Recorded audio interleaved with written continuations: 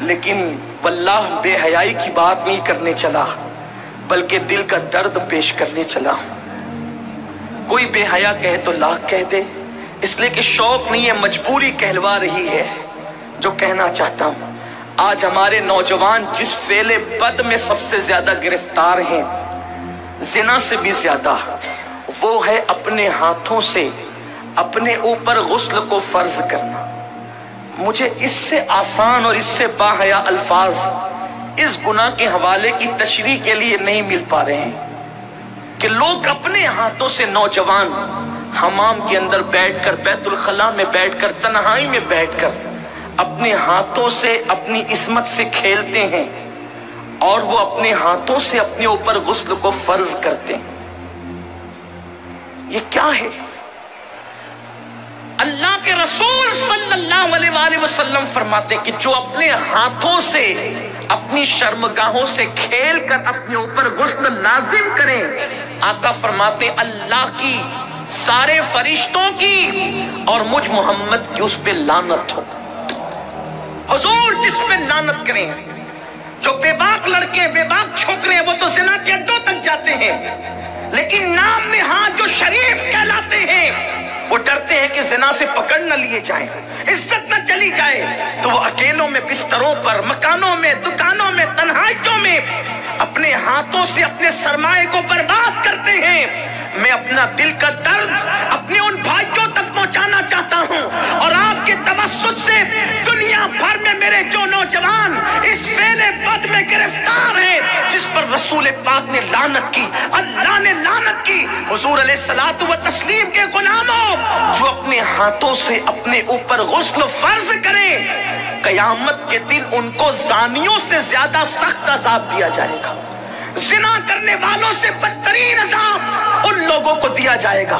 اور میرے آقا علیہ السلام فرماتے ہیں قیامت کے دن کچھ لوگ ایسے ہوں گے جن کے ہاتھ حاملہ ہوں گے، ہاتھوں پر حمل کے آثار ہوں گے۔ صحابہ نے عرض کی یا رسول اللہ، لوگوں کے، مردوں کے ہاتھ حاملہ ہوں گے؟ آقا فرماتے ہیں ہاں، جنہوں نے اپنے ہاتھوں سے اپنے اوپر غسل فرض کیا ہوگا، اشاروں کی زبان میں اس کا مفہوم عرض کر رہا ہوں، قیامت کے دن وہ اس حالت میں اٹھیں گے کہ ان کے ہاتھ حاملہ ہوں گے۔ اور یاد رکھنا، ایسا کرنے والے ان کے چہروں پر پھٹکار برستی ہے، آنکھوں کے ارد گرد کالے کالے حلقے پڑ جاتے ہیں، گڑے پڑ جاتے ہیں، آنکھیں اندر کو دھس جاتی ہے، زندہ رہ کر بھی انسان مردہ نظر آتا ہے۔ اور اگر 1 مہینے تک یہ فعل بد کر لیا، ساری زندگی اس کی عادت پڑ جاتی ہے۔ ایک وقت تو وہ آتا ہے کہ انسان شادی کے قابل نہیں رہ جاتا۔ جب ماں باپ شادی کا پلان پیش کرتے ہیں، ادھر منہ چھپا رہا ہے، ادھر منہ چھپا رہا ہے، گویا کہ اپنی زندگی کو تباہ کر چکا ہے، برباد کر چکا ہے۔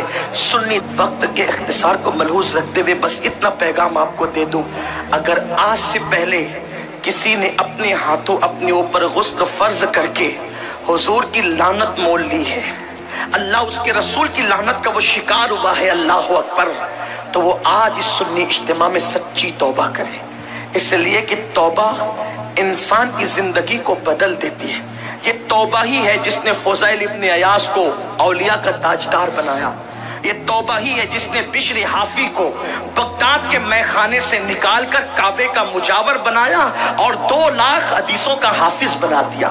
یہ توبہ ہی ہے جو انسان کو بہت بلند مرتبے تک لے جاتی ہے۔ آج سچی توبہ کر لیں، اس لیے کہ توبہ کرو گے نجات۔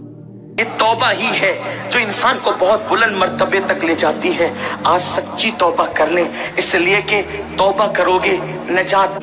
انشاءاللہ نہ گناہ کریں گے نہ گناہ کرنے دیں گے، اب تاکہ ہمارے نوجوان گناہوں سے بچ سکے۔ ممکن ہے اپنی فغاں سے چند لوگ ہی بچ جائیں تو یہی اپنے لیے نجات کو کافی ہے۔